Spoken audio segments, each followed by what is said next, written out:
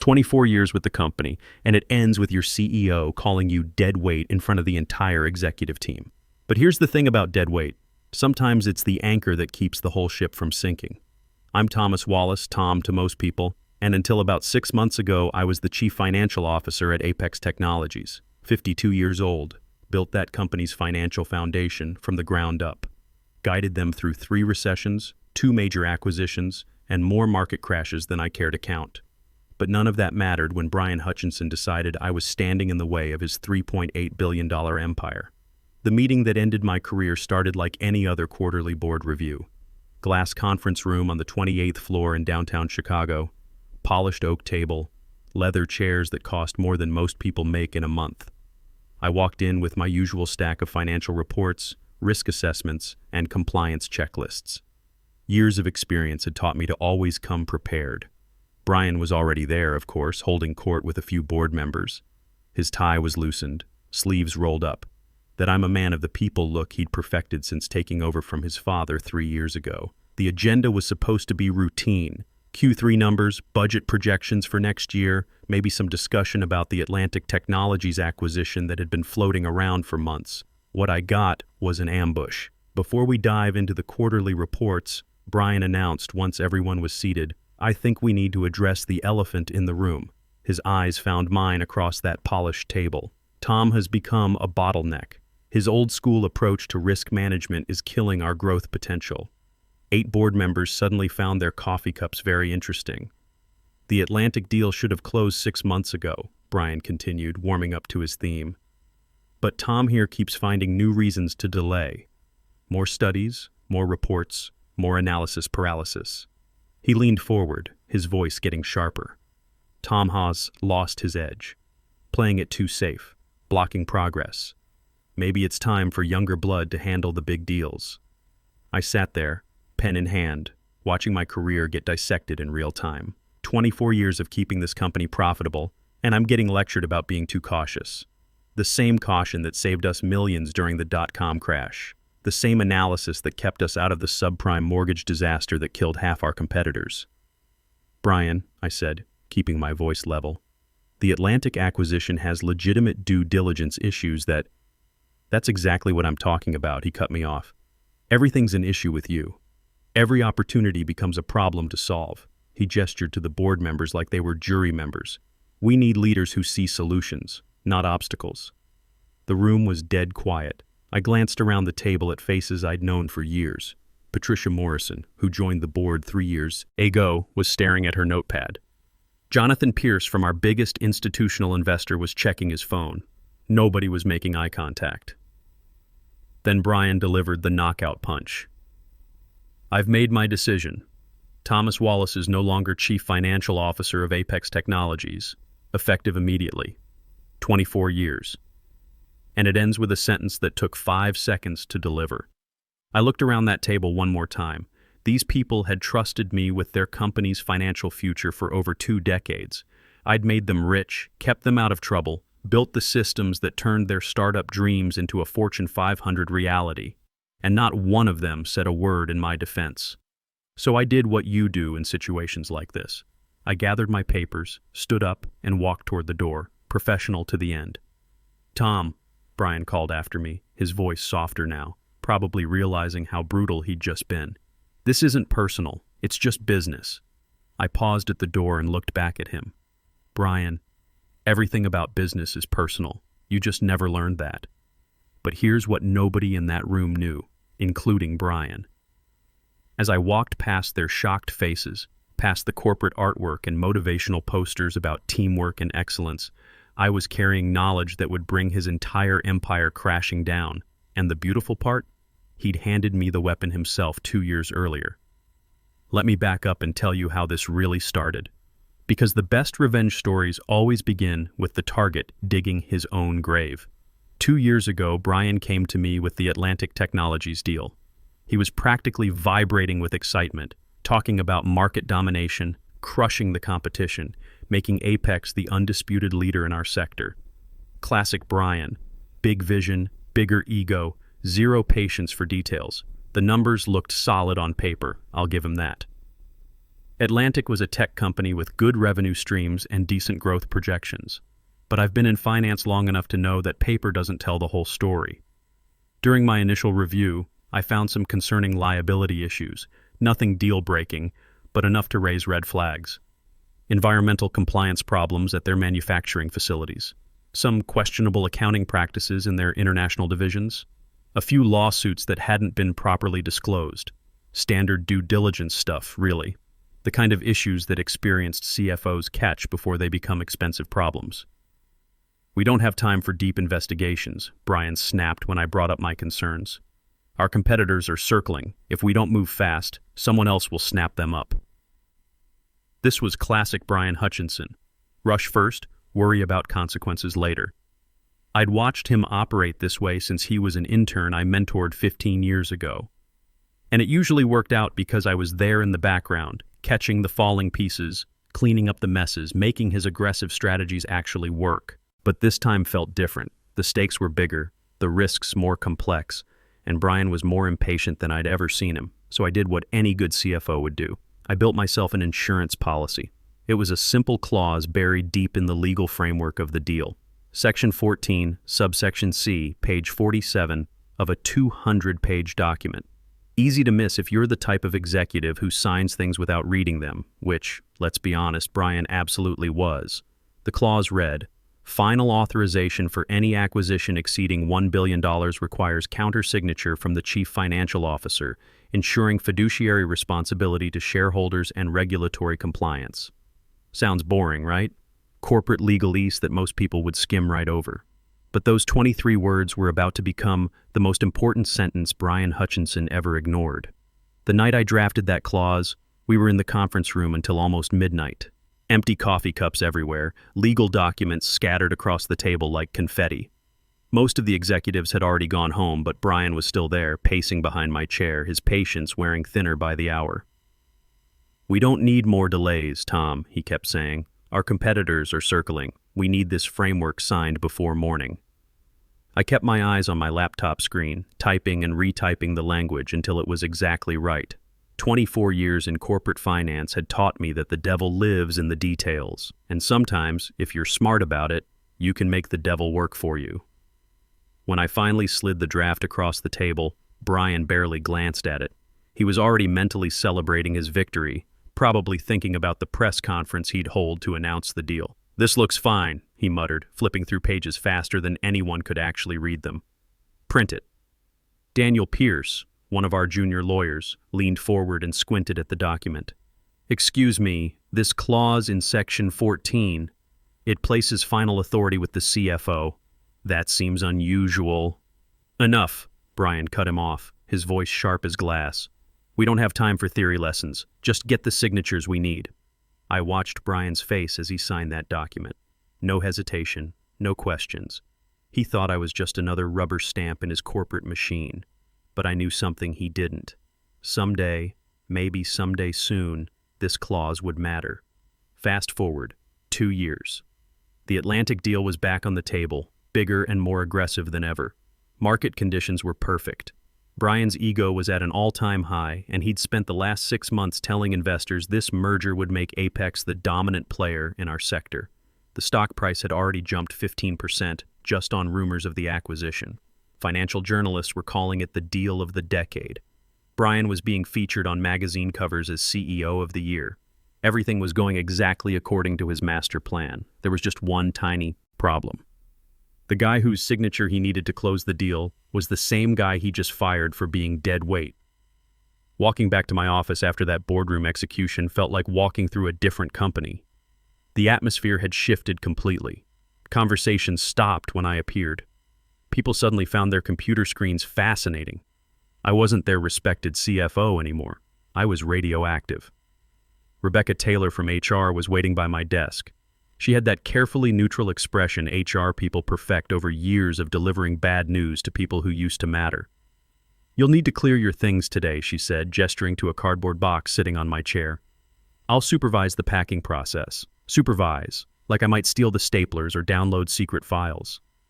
24 years of building this company's financial systems, and now I needed supervision to pack my family photos. I nodded and started gathering my professional life into that box.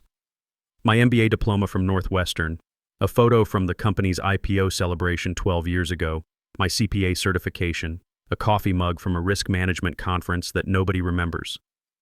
As I cleaned out my desk drawers, my fingers hit something thick wedged against the back panel. I pulled it out, a glossy binder with merger agreement draft, Apex Atlantic acquisition printed across the cover. My heart started beating faster. I flipped through the familiar sections until I found page 47, section 14, subsection C. And there it was, the line that would change everything. Countersignature, Chief Financial Officer Thomas Wallace. The space next to my name was completely blank. Rebecca was busy checking her phone, probably coordinating with security about when to escort me out. She wasn't paying attention to what I was packing. I slipped the binder back under some old quarterly reports and closed the drawer. For the first time since Brian's public execution, I smiled. Really smiled. You know what they say about the best laid plans? Sometimes they work exactly the way you designed them to, even when you're not trying to use them.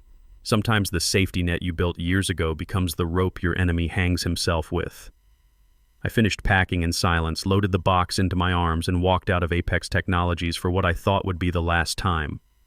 But as I pushed through those glass doors into the parking garage, I wasn't thinking about endings. I was thinking about beginnings. Because somewhere in that box, hidden under old expense reports and forgotten memos, was a legal document that gave me more power over Brian Hutchinson's future than he could possibly imagine. The same document he had signed without reading. The same clause he dismissed as bureaucratic nonsense. The drive home gave me time to think. 24 years with one company is a long time in today's economy. Most of my peers had job-hopped their way up the corporate ladder, chasing bigger titles and better stock options. But I'd stayed loyal to Apex, believed in building something lasting, trusted that dedication would be rewarded.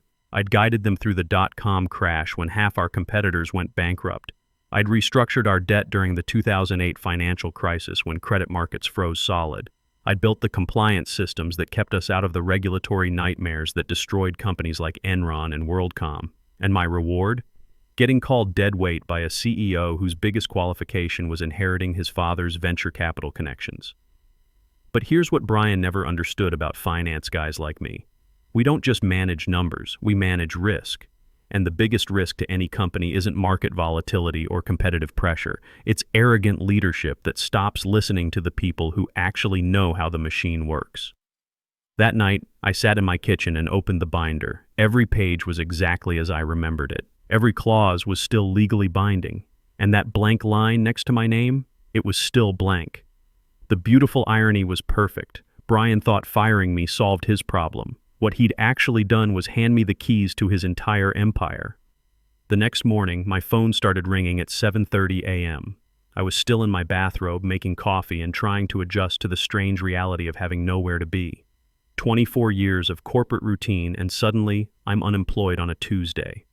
The first call was from Patterson Wright & Associates, the law firm handling the Apex Atlantic merger. The voice on the other end was polite but urgent. Mr. Wallace, this is Jennifer Walsh from Patterson Wright. We need to schedule a meeting to complete the final authorization paperwork. The regulatory deadline is Friday. I let it go to voicemail. By 9 o'clock a.m., 3 more calls. By lunch, 7, each one a little more desperate than the last. Tom, this is Tom Patterson himself. We understand there have been some organizational changes, but the legal framework still requires your signature. Please call me back immediately. The beautiful thing about being fired is that suddenly you have all the time in the world to think clearly. No meetings, no deadlines, no Brian Hutchinson breathing down your neck about quarterly projections. Just you, your coffee, and the slow realization that maybe losing your job isn't the worst thing that could happen. Around 2 o'clock p.m., my phone buzzed with a number I didn't recognize. International area code. I almost didn't answer, but curiosity got the better of me. Mr. Wallace, this is Jonathan Pierce from Northridge Capital. I sat up straighter. Northridge managed over $400 billion in pension funds and institutional investments. When they called, smart people answered. Mr. Pierce, what can I do for you? I'll be direct, Tom. Our analysts have been reviewing the Atlantic acquisition structure. We understand you hold the required counter-signature for final approval. That's correct. Given recent developments at Apex, we wanted to understand your current position on this transaction. I leaned back in my kitchen chair looking out at the city skyline. Somewhere in one of those glass towers, Brian was probably pacing his office, demanding updates from lawyers who had no updates to give. "What's your analysis of the deal, Mr. Pierce?" "Our due diligence team has identified several risk factors that concern us. Environmental liabilities at Atlantic's manufacturing sites, some irregular accounting practices in their overseas operations, a few regulatory issues that haven't been fully disclosed. The same issues I'd flagged 2 years ago. The same concerns Brian had dismissed as analysis paralysis. Those issues are still unresolved," I said. "We suspected as much. Tom, I'll be frank with you. If this merger proceeds without proper due diligence, Northridge will likely exit our position in Apex entirely. We're talking about a $300 million investment." After Pierce hung up, I sat in my kitchen thinking about irony. Brian had fired me for being too cautious about a deal that his biggest investor was now questioning. The same caution he called dead weight was exactly what smart money appreciated. Day 2 brought more calls, more emails, more desperate attempts to locate the missing CFO signature, but it also brought something else. News coverage. Apex Technologies faces unexpected delay in major acquisition. The financial press had picked up the story. Not the full story. They didn't know about the firing yet, but enough to start asking questions. The stock price wobbled. Nothing dramatic, just the kind of uncertainty that makes institutional investors nervous. Day 3 was when things got interesting. My phone rang at 6:00 a.m. Brian Hutchinson himself, his voice tight with controlled panic. "Tom, we need to talk. This delay is creating unnecessary uncertainty in the market." I let him talk for 2 minutes about professional obligations and fiduciary duty to shareholders before I finally responded. "Brian, I think you fired me for being too cautious about this exact deal. Look, maybe I was hasty yesterday. The board was pressuring me to move faster and I took that frustration out on you. That wasn't fair. Hasty. 24 years of building his company's financial foundation, and my termination was hasty. What exactly are you asking me to do, Brian?" "Sign the authorization. Complete the merger. Then we can discuss your future with the company." "My future? I thought I was dead weight." The line went quiet for 10 seconds. "Tom, please don't let ego destroy what we've built together."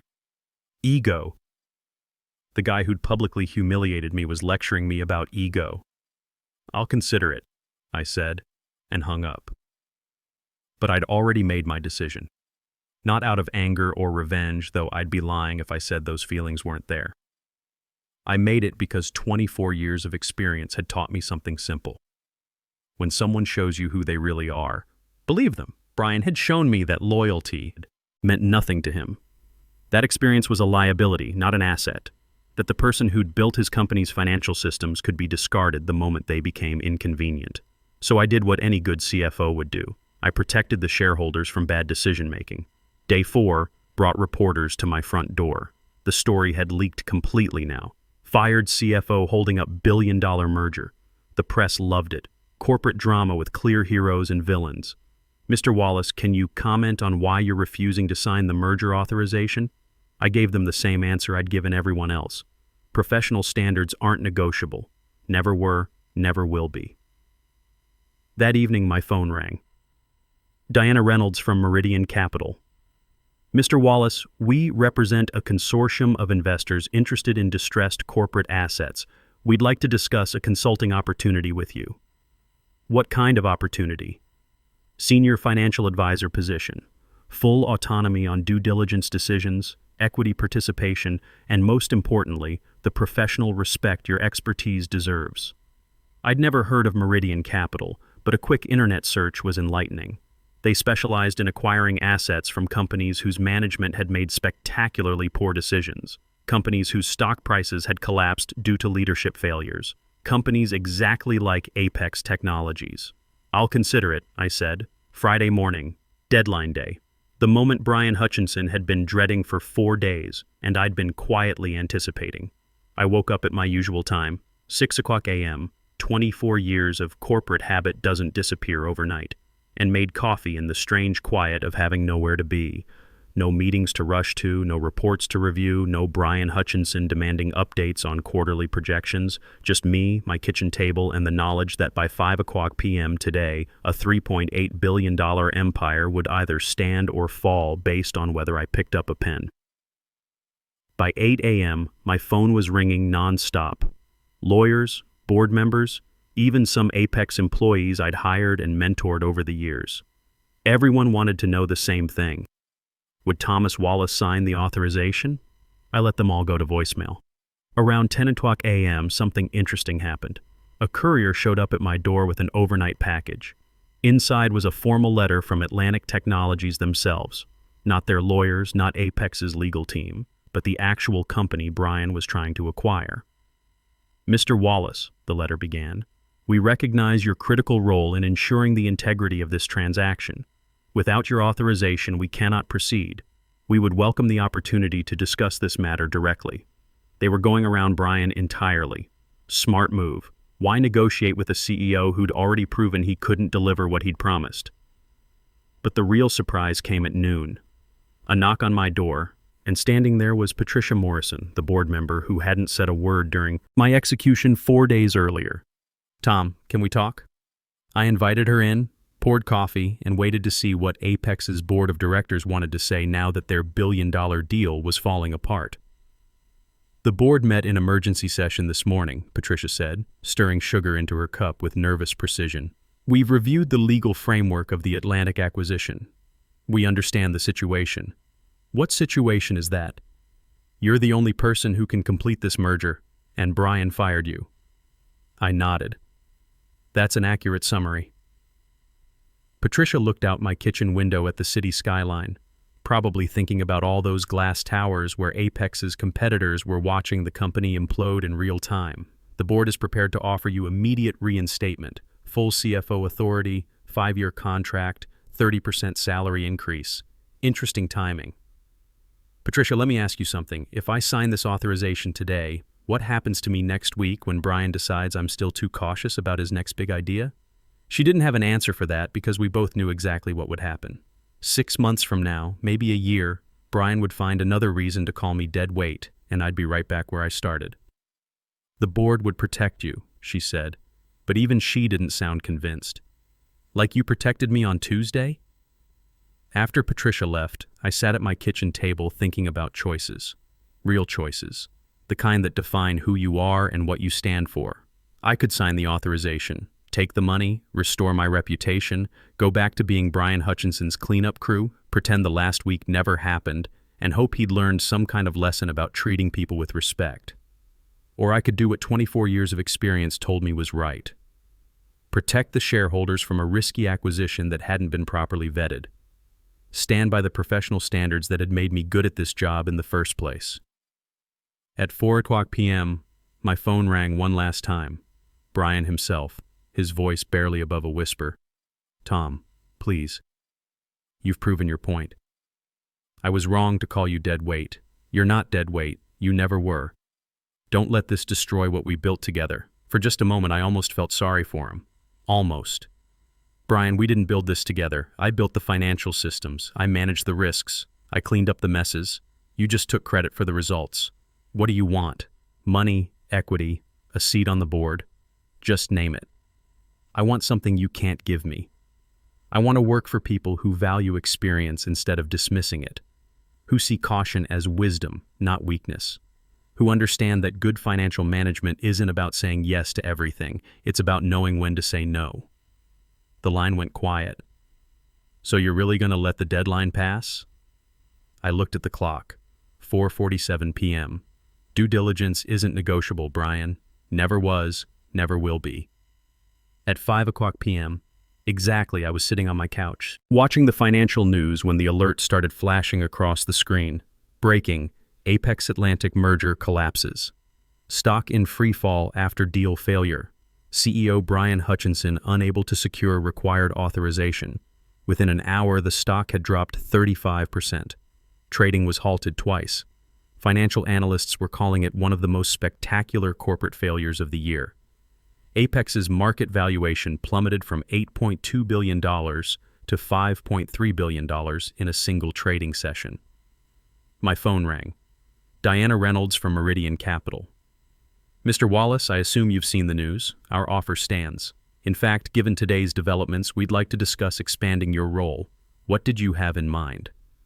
Chief Financial Officer. Meridian is acquiring Apex's core technology assets from bankruptcy proceedings. We need someone who understands the real value of what they built.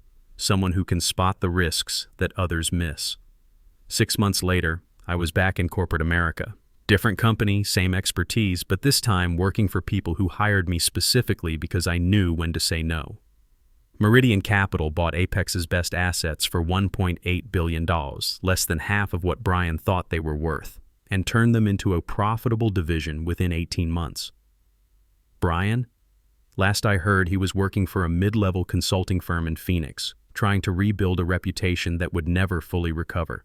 The business world has a long memory, especially for leaders who spectacularly implode on live television. The funny thing is, none of this was really about revenge. It was about something simpler: professional integrity. After 24 years of making other people's aggressive strategies actually work, I finally said no to one that didn't make sense. Sometimes that's all it takes. One person refusing to go along, standing up and saying, "This doesn't pass the smell test, and I won't put my name on it."